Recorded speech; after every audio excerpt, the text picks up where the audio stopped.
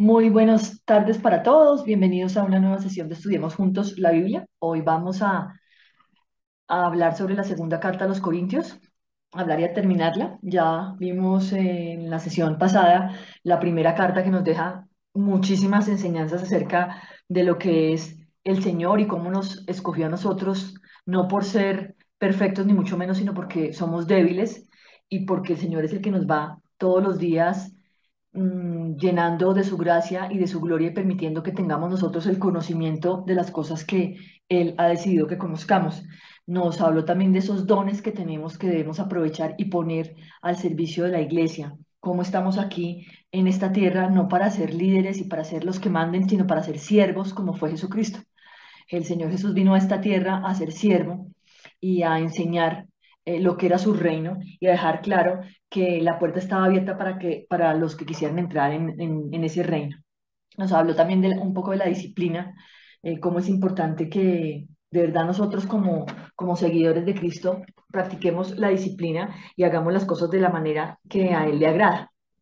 Nos habló del amor tan importante en nuestras vidas y es un amor desinteresado en el que muchas veces tenemos que dejar de hacer cosas que no están mal, pero que a los ojos de otros pueden parecerles mal. Entonces lo dejamos de hacer porque amamos a esos que están con nosotros y no queremos que sientan que por cosas que nosotros hacemos, pues podrían ellos caer en pecado.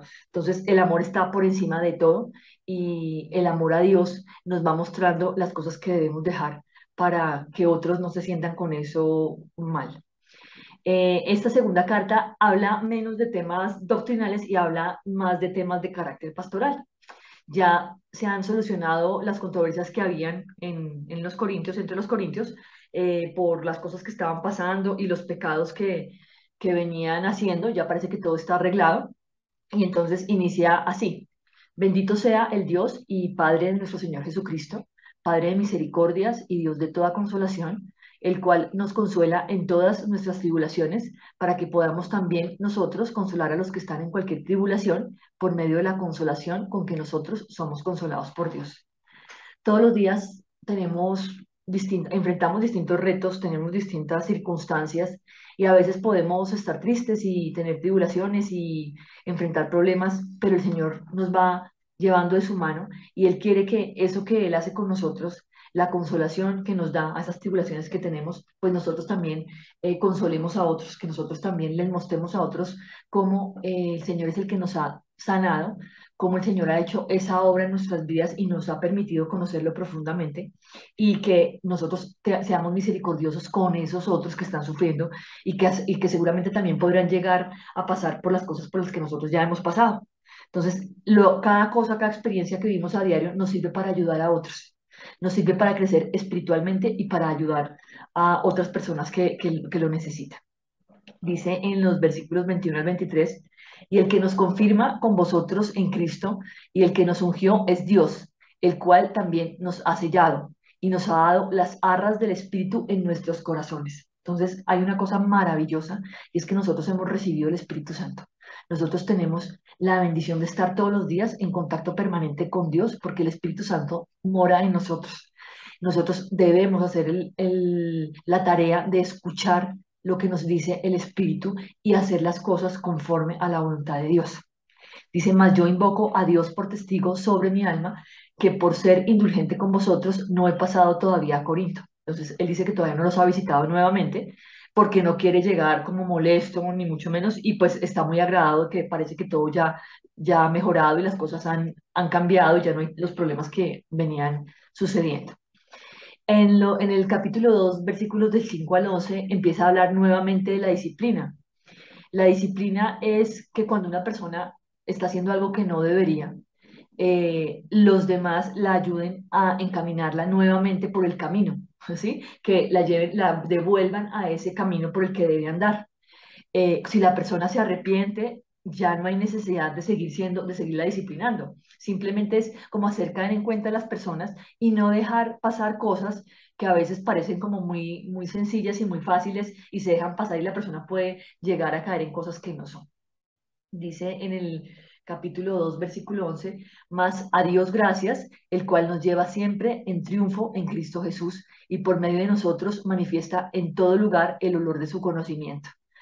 El Señor nos hace a nosotros testimonio, nuestra vida, no nuestras palabras, porque ahí es muy importante hacer la diferencia y es, yo puedo andar todo el día mandándole bendiciones a todo el mundo, hablando de Dios y lo que sea, pero si en realidad mis acciones demuestran que no, lo que digo no es verdad, pues se vuelve una mentira. Y muchas personas a lo largo de la historia han odiado a los cristianos porque sienten que hablan demasiado y que en realidad no hacen, no, su vida no es un reflejo de que Cristo mora en ellos, de que el Espíritu Santo está en ellos y que han sido, que están siendo hechos nuevas criaturas. Entonces es muy importante que no hablemos tanto. A veces debemos cerrar la boca y más bien que nuestras acciones demuestren con quién estamos. En el capítulo 3 versículos del 4 al 18 y capítulo 4 versículos del 1 al 2 nos habla de ese nuevo pacto que instituyó Jesús al venir a esta tierra y al morir por nosotros, y nos habla nuevamente de que ya no estamos bajo la ley y que hay muchas personas que han decidido que siguen bajo la ley, inclusive los judíos eh, que no creyeron en Cristo, siguen bajo la ley, pensando que por cumplir ciertos decretos y ordenanzas ellos van a tener salvación. Y el Señor deja claro que la salvación es por gracia, no por lo que nosotros podamos hacer. La ley lo que hace es ponernos un velo al frente de los ojos que no nos permite comprender las cosas. Cuando ese velo desaparece es cuando nosotros aceptamos a Cristo y ya no queremos andar en pecado porque el Señor nos va mostrando las cosas de la manera que Él quiere y ya simplemente andamos en Él, pero no para cumplir una ley, sino para agradarle, porque Dios nos va poniendo en nuestro camino lo que debemos hacer y nosotros somos obedientes. En el capítulo 4 versículos del 7 al 10 nos muestra cómo nosotros somos vasos de barro y lo importante es ese mensaje que nosotros damos y que ese mensaje es la excelencia del poder de Dios. Y otra vez nos deja claro que nosotros vamos a desaparecer, pero que Dios nos va a dar un mejor cuerpo. O sea, nosotros de esta tierra que morimos y nosotros desaparecemos como somos actualmente, porque nuestro espíritu sigue vivo, ¿cierto? Vamos a tener vida eterna y vamos a tener vida eterna en un nuevo tabernáculo, en un nuevo cuerpo. Dice en el versículo 5 capítulos del 1 al 5 que ese hombre interior que nosotros somos es, va recibiendo un peso de esa gloria de Dios y la gloria que en este momento tenemos en esta vida no se compara con la que vamos a tener en la vida eterna. Por eso nosotros debemos mirar las cosas de Dios y no las cosas del mundo. Y no preocuparnos tanto por lo que piensan los hombres y por lo que nos juzgan o nos enjuician, sino preocuparnos por hacer esa obra que el Señor ha puesto en nosotros. Y esta tienda de campaña, que es nuestro cuerpo físico, va a desaparecer, y vamos a hacer polvo, ¿cierto? Pero el Señor nos va a revestir con un nuevo tabernáculo, con una nueva tienda de campaña donde vamos a morar y va a ser un cuerpo glorioso, igual que el cuerpo resucitado de Cristo. Dice en el versículo 5 capítulo 5 versículos 14 al 18 porque el amor de Dios nos constriñe pensando esto, que si uno murió por todos, luego todos murieron, y por todos murió para que los que viven ya no vivan para sí, sino para aquel que murió y resucitó por ellos. De manera que nosotros, de aquí en adelante, a nadie conocemos según la carne, y aún si a Cristo conocimos según la carne, ya no lo conocemos así. De modo que si alguno está en Cristo, nueva criatura es. Las cosas viejas pasaron. He aquí, todas son hechas nuevas. Y todo esto proviene de Dios, quien nos reconcilió consigo mismo por Cristo y nos dio el ministerio de la reconciliación. O sea, nosotros ya hemos sufrido un proceso, hemos sufrido y estamos sufriendo, estamos pasando por un proceso de transformación. Nos estamos transformando en nuevas criaturas que viven para Cristo, para hacer las cosas de la manera agradable para Dios.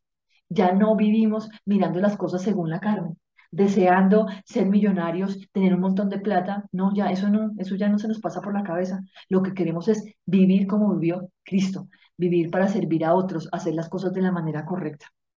y el Señor empieza a hacer esa transformación. Esa transformación no es algo que yo decido que hago a partir de hoy, voy a cambiar y no. El Señor la va haciendo y obviamente se vuelve una decisión querer estar y hacer las cosas conforme al Señor.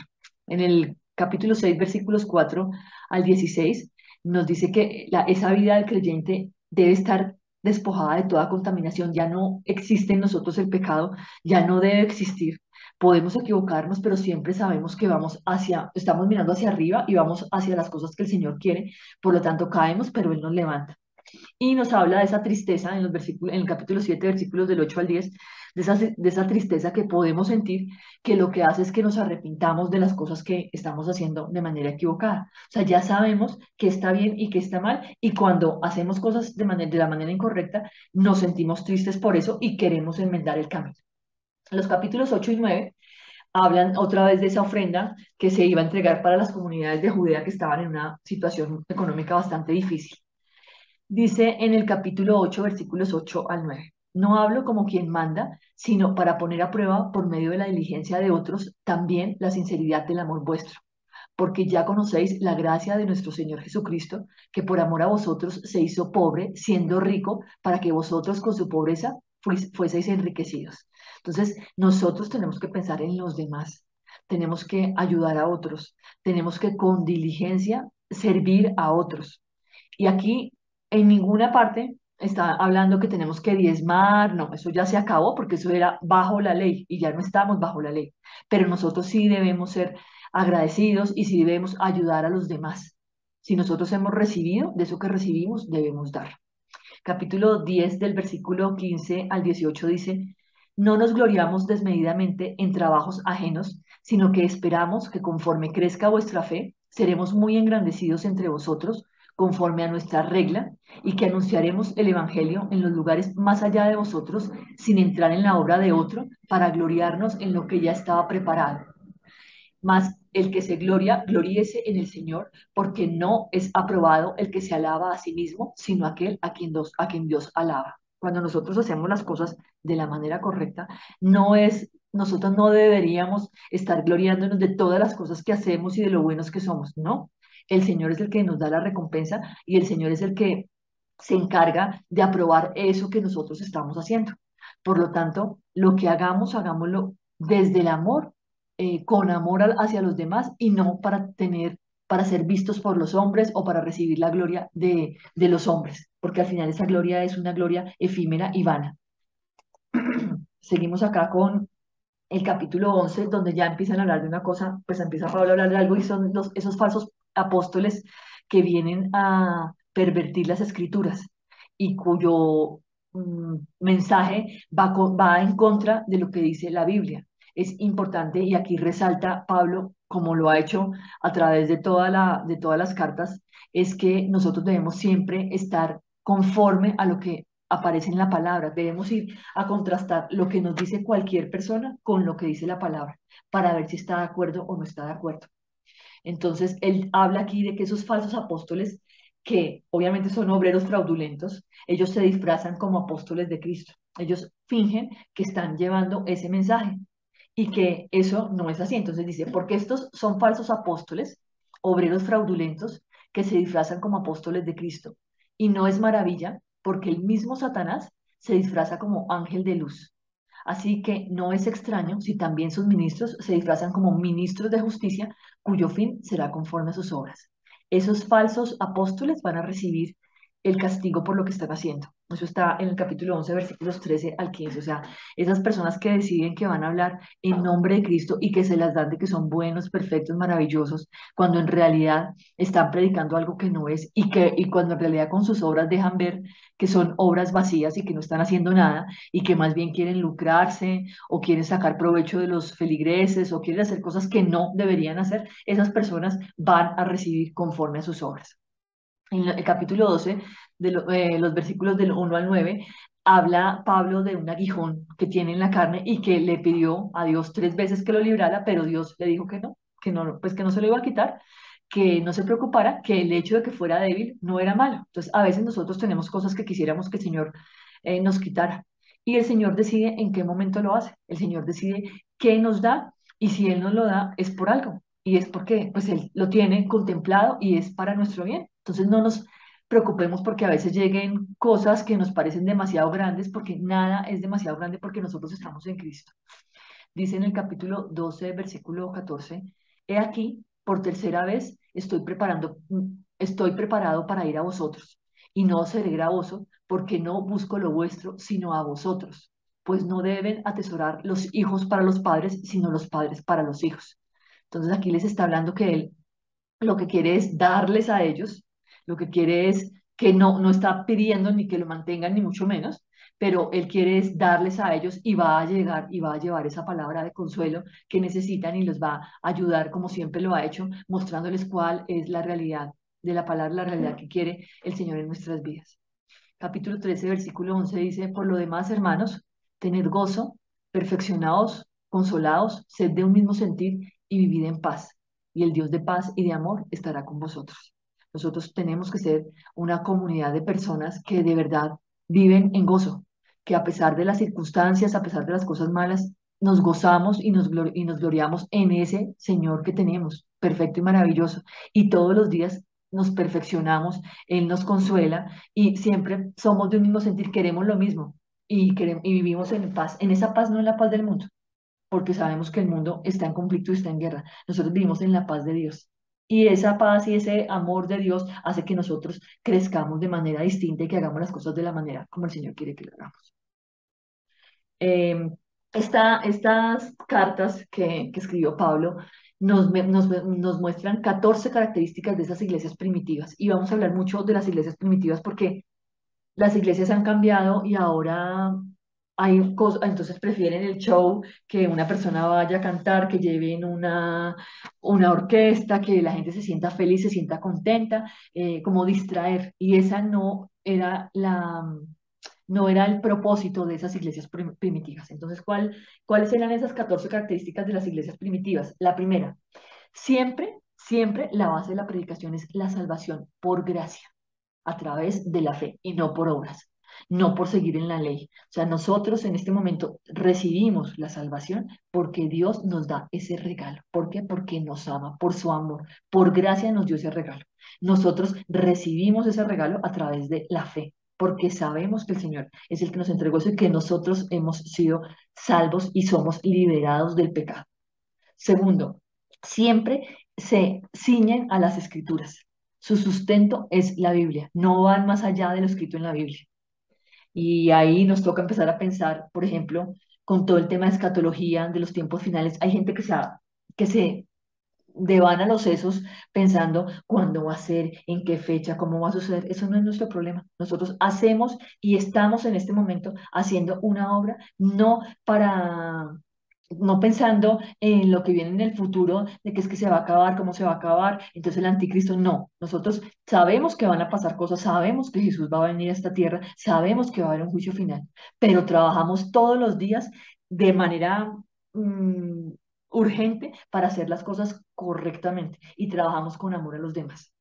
En esas iglesias primitivas no existía un orden jerárquico donde hay una cabeza y hay un montón de personas que están debajo de esa cabeza. No, la cabeza es Cristo. Entonces, la ordenanza en esa iglesia es de acuerdo a esos dones que cada persona ha recibido. Y los cultos y cuando se reúnen, lo que sea, todo se hace con orden como le gusta al Señor, o con orden, con el orden de Dios. El cuarto es que la autoridad en la iglesia deriva de las escrituras y del ejemplo personal. Si el pastor de la iglesia que está a cargo y que debe guiar a su rebaño, hace las cosas de manera incorrecta y no les da ejemplo, pues está haciendo lo incorrecto, está haciendo lo que no es. No debería ser autoridad, porque la autoridad deriva de esas escrituras, deriva de que yo debo cumplir lo que dice la escritura. Entonces mi vida tiene que ser ejemplo para los demás. Nuestra vida se orienta en torno al servicio a Dios y a los demás. Actuamos siempre con amor. En esas iglesias primitivas no había diezmos, sino que las personas eran generosas y de aquello que reciben quieren dar. Entonces siempre están ofrendando para esas personas que tienen necesidad. No es que yo tenga que dar el 10%, porque es que el diezmo es una cosa distinta, ya lo vimos en el Antiguo Testamento. El diezmo no es que yo tengo que dar el 10% de mi salario. El diezmo hablaba de el fruto de la tierra. De eso era el diezmo, no de que nadie tuviera que dar dinero. Y eso se ha pervertido de tal manera que muchas iglesias piden diezmo. Y eso la gente piensa que debe diezmar el 10% de su salario. Eso no es verdad.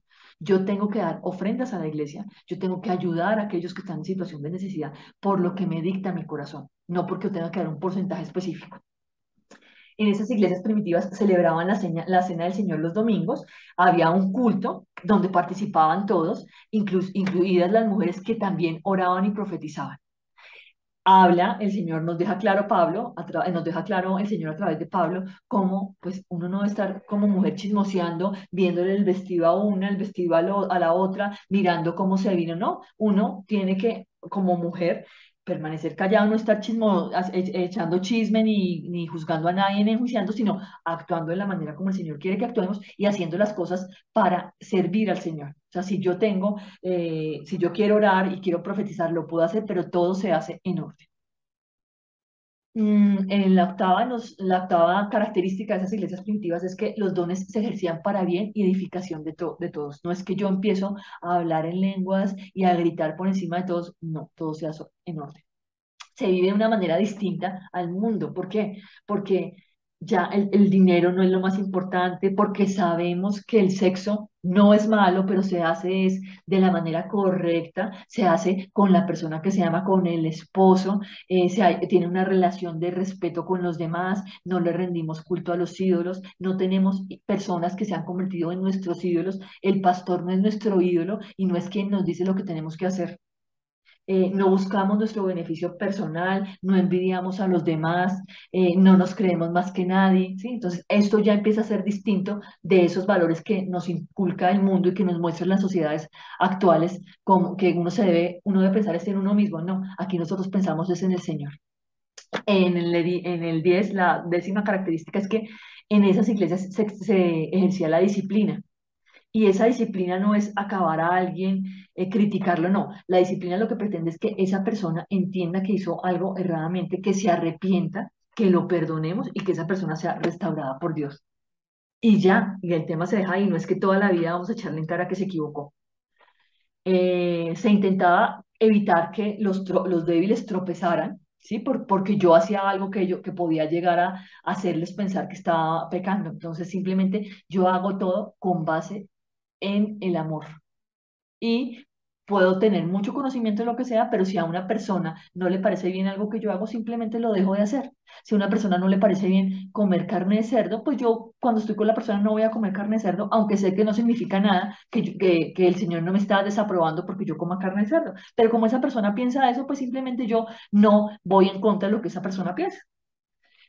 A veces el conocimiento hincha, eso es muy importante, y es que cuando yo me creo que soy mejor, sabio y que todo lo que yo digo es perfecto, que mi palabra es la que vale y la de los demás no vale, pues a veces yo intento pasar por encima de los otros, pero aquí nos habla Pablo de ese respeto que tenemos que tener por nuestros semejantes.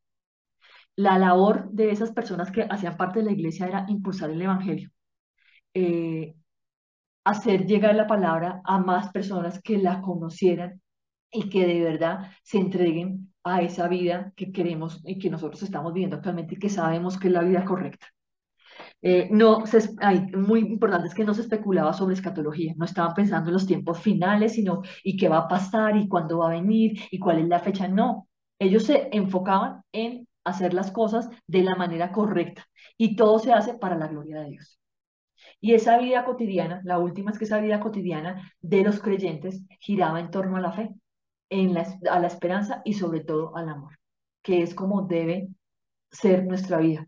Nuestra vida debe ser en amor, sabiendo que Jesús nos salvó, que hemos recibido por gracia ese regalo hermoso de la salvación, que tenemos una nueva vida en Cristo, que somos nuevas criaturas y que estamos, como amamos a los demás, estamos para servir a esos otros con los que tenemos contacto todos los días. Nuestra vida debe ser testimonio, nuestra vida debe hablar por nosotros. A veces debemos cerrar nuestra boca y no hablar tanto, sino mostrar con nuestros hechos, con nuestras acciones, quién es el Señor y lo que ha hecho en nuestras vidas. Y aquí terminamos esta carta. Yo Pienso que es muy, muy importante que vayamos directamente a las escrituras, que entendamos qué más nos tiene que decir el Señor, que cada uno se tome el trabajo de ir a la palabra y leerla y sacar todo el jugo, todo lo que necesita, y el Señor a cada uno nos va hablando de lo que quiere con nosotros. Les deseo un resto de fin de semana maravilloso, una nueva semana bendecida y nos vemos en 8 días.